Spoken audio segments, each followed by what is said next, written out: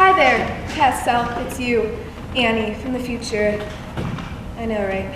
Anyway, I know you're about to go into your freshman year of high school and you're freaking scared out of your mind, but lucky for you, I'm just finishing up our sophomore year and I've learned a couple essential tips, not to brag or anything, because I have to admit to you, there are so many things that your parents, your teachers, your friends aren't telling you that will successfully prepare you for NEQA.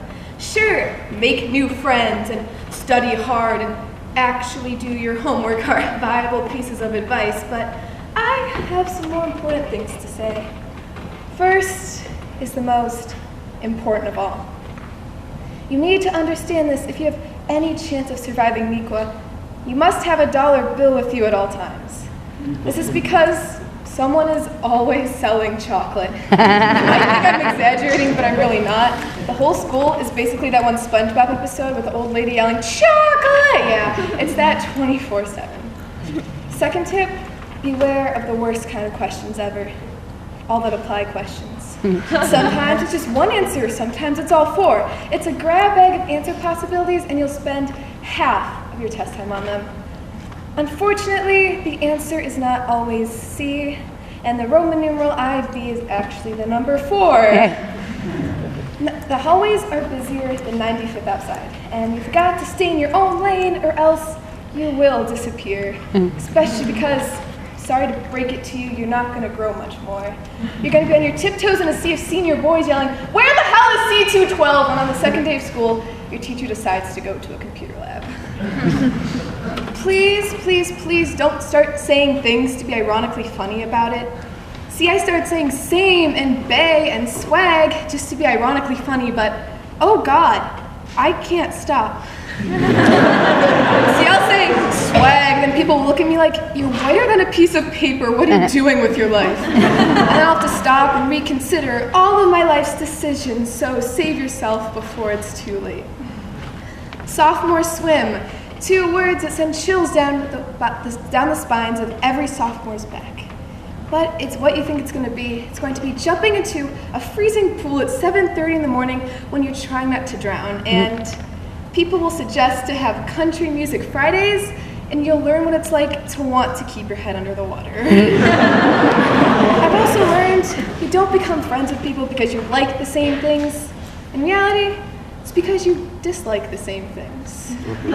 So all of that is really important. I hope you're writing those down, but there's a few more important, more serious things that I think you should know. First, it's okay to not be okay. You don't have to be smiling, happy-go-lucky Annie all the time, but what you do have to do is reach out to your family and friends and let them in for once. Because you will feel defeated and you will feel worthless and you will feel beat up and used. Some days you will even hate yourself, but they will be there to help you, whether you see it or not. You've got to surround yourself with positivity and let go of poisoned people and poisoned things, because if you don't, they will start to poison you. People change, you will change, and that's okay. Questioning yourself and wanting to experience things is normal, so don't fret. Also, breakups aren't the end of the world. One day you're going to wake up the morning after a boy breaks your heart in freshman year.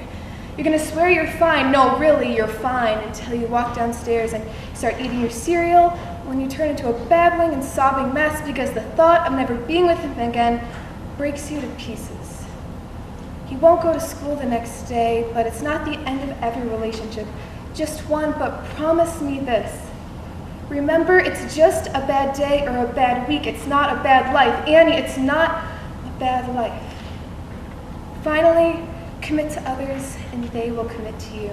Don't be afraid to branch out and meet new people, even though it sounds cliche, because that boy sitting across the room from you in English, even though he may be a dumb marching band nerd, may just become your best friend, or if you're lucky, maybe even more.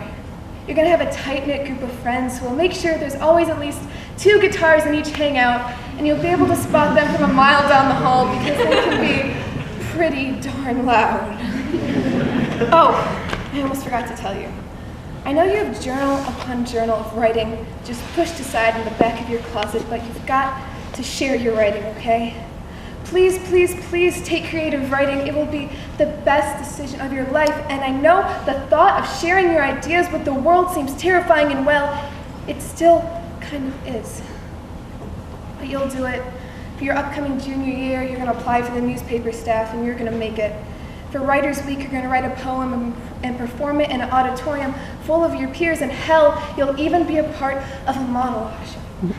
So, just do it, okay? Because some of that writing you scribble down at 2 in the morning is actually pretty decent, whether you see it yet or not. Your voice may just impact someone, anyone, or maybe just yourself, and isn't that all that truly matters?